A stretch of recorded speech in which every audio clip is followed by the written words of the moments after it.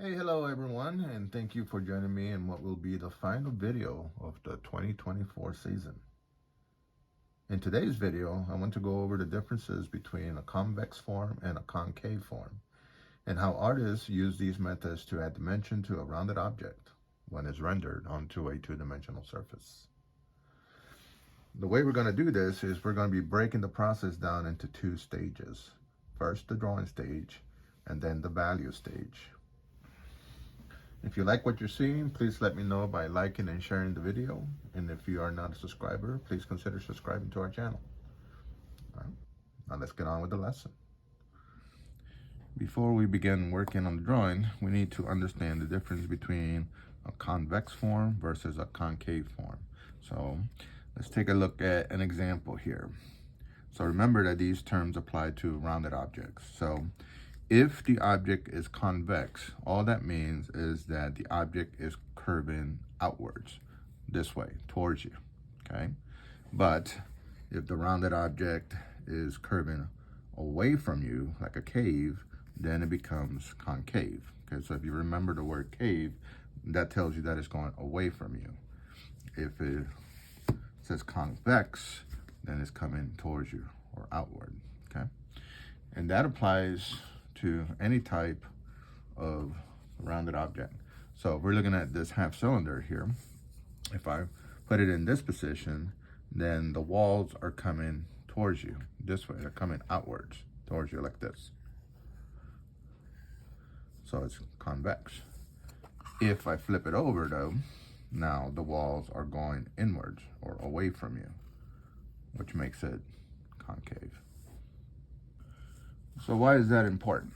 Well, if you're trying to create the illusion of three-dimensionality on a three-dimensional object, you have to know how the light is going to affect the object. So let's start with the convex one. So I've narrowed it down to one light source, and you can tell by looking at this object that the light source is over here somewhere. If the object is convex, then this is pointing outwards, which means that the light is hitting this surface over here first. And the shadows are going in the opposite direction, and the cast shadows are going in that direction. However, if I make that a concave form without changing the light source, look what happens. Now the light is actually getting inside of the object. So the highlight is actually on the left side and the shadow is on the right side. That's kind of important when you get ready to do your shading or your painting, changing your values, okay? Same thing with the cylinder, okay? I haven't changed the light source, so it's still coming from the right. We can see that this part of the cylinder is catching a lot of light because it's convex, so it is protruding out towards us. And the shadow and the cast shadow is on the left-hand side, okay?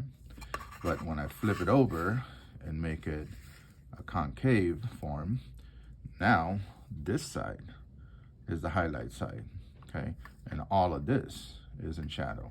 And you can see the transition here, the shadow starts to get lighter as the light starts to hit this side of the form, okay? So it's not just about how you draw it, but it's also about how you change your values, okay? That's the biggest thing that I would say is you have to determine whether it's concave or convex, and then use that to guide you as you are shading or inking or painting. All right, so I've taken a minute and I've drawn in two very simple forms that we're going to turn one into a convex form, meaning that it's going to be protruding outwards towards us, and the other one we're going to do as a concave, meaning that it's going to go away from us or inward, okay? I'm using cross contours to really help illustrate this, and if you're not familiar with this is actually a good practice. I do it all the time because it really helps me visualize what I want to do, okay? So imagine that this is a piece of string and you get to this object right here and you want it to protrude coming towards you. So take that string and you have to make it look like it's going over the object, like so, okay? Just like so. So if you think back to our cross contour unit, this is exactly what we were doing. We were trying to create the illusion of three-dimensionality And it becomes super important on the rounded objects because on an angular object, like a box, you can rely on the angles. But with a curved object, it's not so easy. So that's part one. Okay, now that's not enough. I mean, that helps kind of identify it, but now we have to figure out how do we shade it or how do we paint it. We're going to do shading for this one. So just like in the demo, I'm going to put the light source on the right. So I'm going to put it over here somewhere. And that's for this guy. Okay.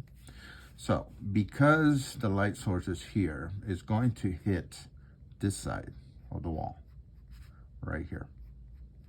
Right, imagine that this light is lifted. And the shadow is going to come this way. As it goes this way, it's going to get darker. Okay? So what I'm going to do, I'm going to follow my cross contour lines, and I'm going to start putting in the shadows. Now, as I start to come this way, the shadows have to get lighter, and then my highlight will be there.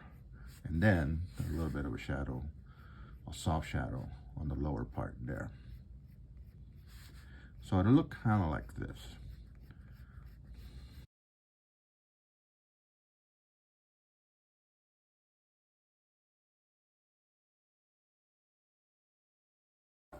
Now, because the object is convex and is protruding out this way, it would cast a shadow on the opposite side of the light. So in this case, there would be a soft shadow, cast shadow here. And I'm just going to put a little bit in there and I'll fade it away. And remember that the darkest part of the shadow is actually going to be where the two objects meet, where this form meets the background. And I'm going to keep that shadow nice and soft. Remember, do not outline a shadow.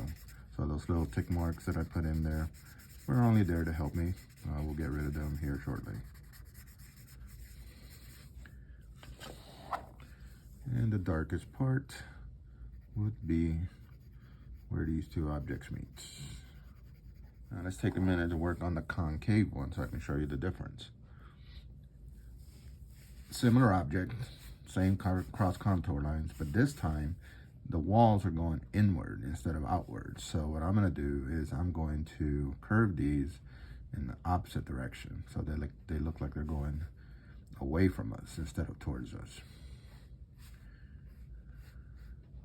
And remember, I'm using cross contours just to make it easy to see, but once you kind of understand and you kind of get used to working with these, you can kind of skip the cross contour steps. Okay, now we're going to put the light source in the same spot. So it's going to be over here. But just like in the example that I showed earlier, because this is concave, the light is actually going to get inside. So the highlight will actually be on this side, and the shadow would be on this side. And the shadows have to go in the direction of the cross contours. So they're going to come here, and it all depends on your light source, but I'm trying to use a similar light source that we did when I showed you the earlier part, the definitions. When they get to about the middle, that's when they start to get lighter. And then as they come up on this side, this will actually be really bright. Okay.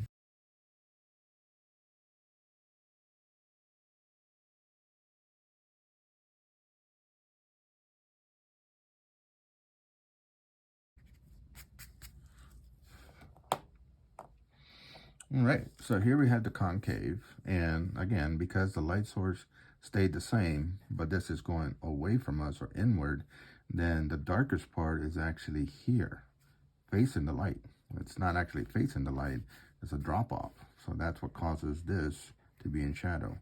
As it starts to go down this way, since the light is hitting here, you're getting a little bit of reflective light on this side. So this shadow is not as dark as this over on this side right here. Okay. All right, let's take a look at another example here. So these four lines are going to represent two cylinders that are going to be in perspective. The one on the left, we're going to make convex. The one on the right, we're going to make it concave. The area between the two, we're going to keep it flat. So since it's going to be flat, we can just go with straight lines. Now keep the rules of perspective in mind that as the objects go into the distance, they get smaller. And as they come towards you, they get bigger. So that's why you see me changing these lines. Like this one, actually, it needs to be changed a little bit.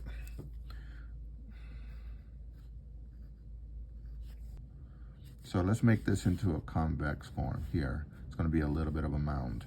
So when the flat line gets to this edge right here, it's going to curve upwards like this. And again, just like when we did that one, you have to decide how much do you want it to protrude.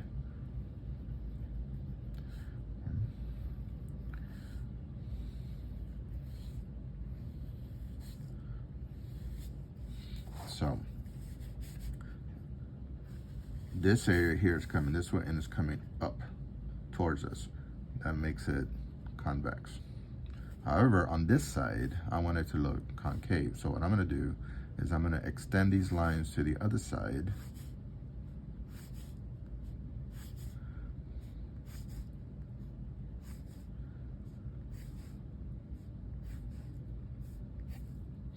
And then have these lines going downwards, away from us, okay? So inward, like so. Now, because it's in perspective, I can't see this wall right here. So that's why you don't see the entire U shape, okay? It's kind of like disappearing. And when you do this, you can decide how deep or how shallow you want this to be, okay? So that's part one of the equation. But part two is how you shade it, how you do your values. So if we maintain the light source coming from the right, then I know that this area here will be soft. Just above that will be the bright area. And then as it starts to go around the other side, it starts to get dark.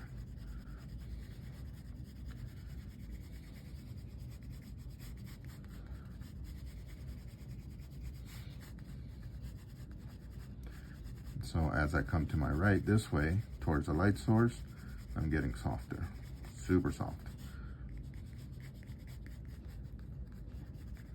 And then over here, just a little bit stronger. And because of the angle, because it's in perspective, I don't see the entire left edge. So I'm not gonna make it super dark. And yes, there would be a little bit of a cast shadow this way.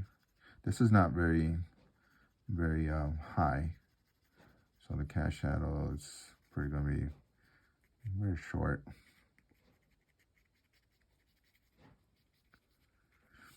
And we just got to make sure that there's a clean line here to separate the edge of the object from the cast shadow. All right, that should do pretty nicely right there. Now, for the concave one, remember that the shadow has to be on this wall that is going inward. And you're not really going to see a bright highlight because of the perspective. It's actually on this wall here, which we can't see. So just drop it down. Remember that on the concave one, since they're going inward, you're not going to see a cast shadow. So that's why you don't see any shadows here, and you're not going to see any here.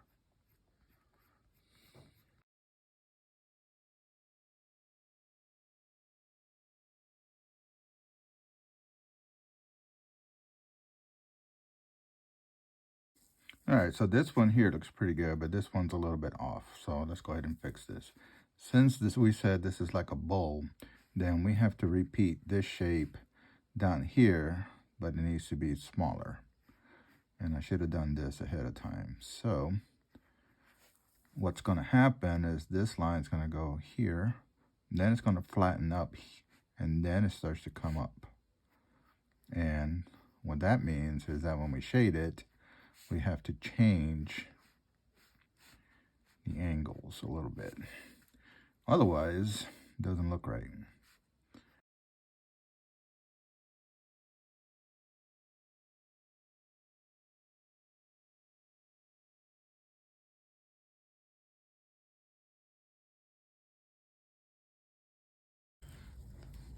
All right, so there we have a quick tutorial on the difference between convex forms and concave forms.